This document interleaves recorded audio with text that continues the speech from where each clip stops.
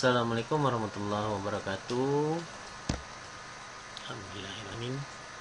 Hari ini kembali kita bertemu dalam perkuliahan pengantar komunikasi, yang mana hari ini Bapak akan menjelaskan mengenai komunikasi verbal dan non-verbal. Nah, komunikasi verbal itu bisa dikatakan bahwa komunikasi dalam bentuk bahasa verbal. Ya, kemudian bahasa verbal ini sendiri adalah satu sarana utama untuk menyatakan pikiran, perasaan, dan maksud dari apa yang ingin kita sampaikan. Kemudian untuk jenis komunikasi verbal ada beberapa macam, yaitu yang pertama berbicara dan menulis. Berbicara adalah suatu komunikasi verbal vokal, sedangkan menulis adalah komunikasi verbal non-vokal. Berbicara kita dapat mengungkapkan apa yang kita rasakan, apa yang kita inginkan, apa yang ingin kita sampaikan. Sementara dalam menulis juga demikian. Apa yang kita rasakan, perasaan sedih, perasaan kecewa, perasaan emosi, dan sebagainya tertuang dalam bentuk sebuah tulisan. Presentasi dalam rapat adalah contoh dari komunikasi verbal vokal. Ya, kita bisa lihat yang namanya pada saat presentasi atau rapat, kita menyampaikan aspirasi atau pendapat. Ini merupakan termasuk ke dalam komunikasi verbal dalam bentuk vokal atau suara. Sementara surat menyurat adalah contoh dari komunikasi verbal non vokal. Kita ingin meminta bantuan daripada teman kita surati. Kemudian kita inginkan sesuatu dari pimpinan kita surati, dan sebagainya. Kemudian mendengarkan dan membaca ini merupakan juga termasuk ke dalam jenis komunikasi verbal, dimana jenis komunikasi verbal ini mendengar dan mendengarkan adalah dua hal yang berbeda. Nah, ini perlu kita garis bawahi, bahwa ketika kita mendengar belum tentu kita mendengarkan. Nah, kita mendengar artinya kita komunikasi itu sampai ke kita, tapi belum tentu kita terima. Sementara kalau mendengarkan, komunikasinya sampai ke kita, kemudian kita lakukan apa informasi serta yang disampaikan di dalam komunikasi tadi. Mendengar mengandung arti hanya mengambil getaran bunyi saja. Artinya hanya mendengarkan saja. Sedangkan mendengarkan adalah mengambil makna dari apa yang tersirat dari apa yang kita dengar. Mendengarkan melibatkan unsur mendengar, memperhatikan, memahami, dan mengingat tentang poin-poin dari apa yang disampaikan. Sementara membaca adalah satu cara untuk mendapatkan informasi dari sesuatu yang kita tulis. Menurut Book, agar komunikasi itu berhasil, bahasa harus memiliki 3 fungsi. Yang pertama, untuk mengenal dunia di sekitar kita. Yang kedua, berhubungan dengan orang lain. Yang ketiga, menciptakan koherensi dalam kehidupan kita. Kita masuk ke poin pertama. Kapan komunikasi berhasil? Ketika kita memiliki yang namanya fungsi. 3 fungsi. Yang pertama, untuk mengenal dunia sekitar. Jadi bahasa itu yang kita keluarkan itu harusnya untuk mengenal dunia sekitar kita. Kita ingin melihat tetangga, maka kita berkomunikasi dengan menggunakan bahasa yang mudah untuk dipahami dan dimengerti. Kemudian berhubungan dengan orang lain, berkomunikasi dengan orang lain juga menggunakan yang namanya bahasa, dan menciptakan koherensi dalam kehidupan kita. Fungsi bahasa itu menurut Larry L. Barker, bahasa memiliki 3 fungsi. Yang pertama, penamaan atau naming. atau labeling, di mana dapat diidentifikasi dalam bentuk objek atau tindakan. Objeknya jelas. Objek di sini artinya tempatnya, ya, dan tindakannya. Kemudian interaksi. Interaksi menekankan berbagai macam gagasan dan emosi yang dapat mengundang simpati, pengertian, atau kemarahan dan kebingungan.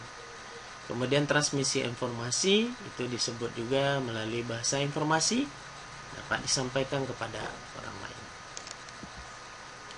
Keterbatasan bahasa. Nah, keterbatasan bahasa ini ada 3 poin ya. Pertama, keterbatasan jumlah kata yang tersedia untuk mewakili objek. Ya, objek di sini adalah tempat. Tempat yang ingin kita sampaikan, apa yang ingin kita maksud dan kita tuju tadi. Kata yang bersifat ambigu atau memiliki paradigma serta arti yang membingungkan, 2 makna yang berbeda, dan kontekstual.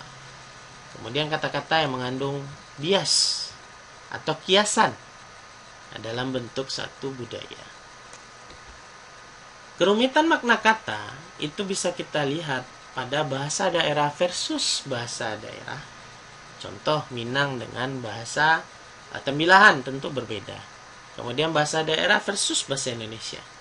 Nah, kita bisa lihat kalau untuk bahasa daerah versus bahasa daerah, ya, kalau bahasa daerahnya Sunda, kalau kita bicara kumaha damang, kan gitu.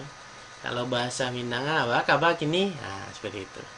Jadi sehingga susah untuk memahami kumaha damang, apa kabar hari ini. Kemudian bahasa Minanga, ba kabar iko ko. Itu kan beda, 2 bahasa yang berbeda. Ketika orang Sunda dan orang Minang bertemu, tentu tidak sinkron.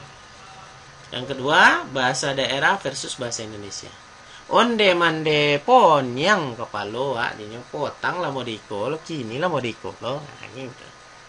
Versus bahasa Indonesia. Aduh, sakit kepala saya. Ya Allah, bagaimana ini? Kemarin udah kayak gini pula, sekarang udah kayak gitu pula. Kemudian untuk bahasa Indonesia versus bahasa Malaysia. Bahasa Indonesia misalnya seperti ini. Kita jalan-jalan yuk hari ini. Kalau bahasa Malaysia ya, aduh, yuklah pusing-pusing kita hari ini. Pusing-pusing hari ini konotasi bahasanya kalau dalam bahasa Indonesia, pusing artinya sakit kepala. Sementara pusing-pusing di sini bahasa Malaysia adalah ya kita jalan-jalan. Nah, itu. Komunikasi konteks tinggi dan konteks rendah dapat kita lihat ke dalam beberapa model. Ya, yang pertama, budaya konteks tinggi, ya, ditandai dengan bahasa yang sifatnya implisit. Budaya konteks rendah ditandai dengan bahasa yang sifatnya eksplisit. Sementara fungsi dari komunikasi itu sendiri, menurut Scott dan Michael, menyatakan beberapa fungsi komunikasi. Yang pertama, kontrol komunikator mengendalikan perilaku ke komunikan. Information, dalam komunikasi terjadi peralihan informasi. Motivasi, komunikator dapat memotivasi komunikan, demikian sebaliknya. Dan emotif, sebagai sarana mengekspresikan emosi. Ya, fungsi komunikasi yang pertama untuk kontrol. Komunikator mengendalikan perilaku komunikan. Ada orang yang sedang marah. Saya marah sekali, ya, tapi dia bisa mengontrol dirinya. Walaupun dia marah, ekspresinya juga berbeda. Dia marah. Sepertinya saya kurang enak untuk berbicara hari ini. Dia lagi sudah mulai tidak enak. Dia bisa mengendalikan emosinya dan mengontrol dalam bentuk komunikasi. Sementara informasi di sini adalah dalam komunikasi terjadi peralihan informasi. Saya kurang enak untuk berbicara hari ini. Artinya komunikasi yang terjadi peralihan informasi. Oh, kita paham. Oh, ternyata dia sedang mungkin kurang enak badan atau kurang enak untuk ngobrol hari ini karena banyak masalah di rumah. Sementara motivasi, itu komunikator dapat memotivasi komunikan, demikian sebaliknya. Aduh, sudahlah. Masalah itu bisa kita selesaikan dengan kepala dingin. Nah, Kalau kita menyalahi konsepsi di sini kepala dingin, kita bisa mengira bahwa kepalanya ada batu es.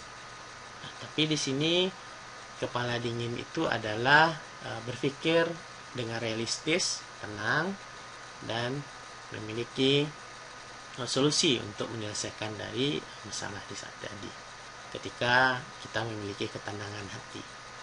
Sementara emotif itu sebagai sarana mengekspresikan emosi. Waduh, pusing kepala saya hari ini. Walaupun dia tersenyum, tapi kita tahu bahwa dia sedang emosi. Sementara unsur-unsur komunikasi itu tentu harus ada namanya komunikator atau disebut dengan sender dan source pesan yang ingin kita sampaikan. Nah, kemudian ada namanya komunikan, receiver, dan pesan media, serta ada umpan balik. Komunikator itu disebut juga dengan sender atau source messenger atau pengirim pesan. Di dalam komunikator terjadi suatu proses encoding, yaitu mengolah gagasan menjadi satu pesan. Kemampuan yang dibutuhkan komunikator agar komunikasi itu efektif itu yang pertama, kemampuan dalam menstruktur gagasan menjadi konsep yang sistematis, kemampuan bahasa, empati memahami penerima atau komunikan, menggunakan media dan lingkungan secara tepat, culture atau budaya yang memiliki nilai, dan kemampuan untuk meminta umpan balik. Komunikan itu disebut juga dengan istilah receiver atau penerima pesan.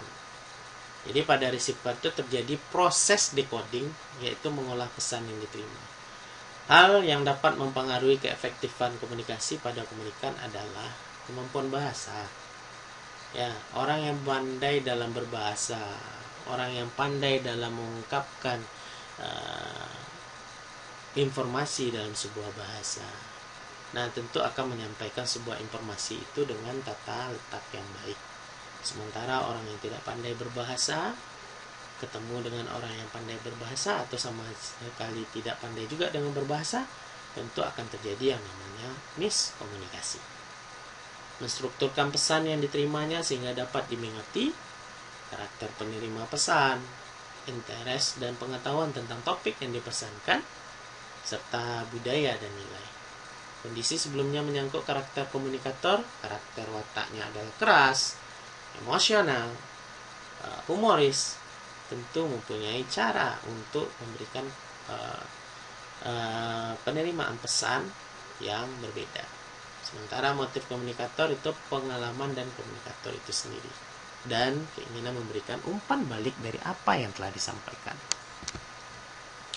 Media komunikasi yang digunakan bisa merupakan pilihan bersama atau salah satu unsur komunikator. Jadi pemilihan media komunikasi itu merupakan salah satu kemampuan yang dituntut pada komunikator.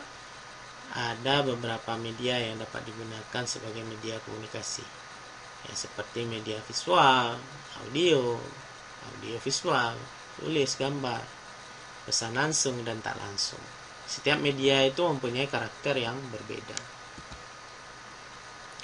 Nah, untuk pertemuan selanjutnya kita nanti akan masuk ke komunikasi nonverbal. Silahkan bagi ada yang bertanya, Bapak akan tampung pertanyaannya di kolom komentar. Terima kasih. Assalamualaikum warahmatullahi wabarakatuh.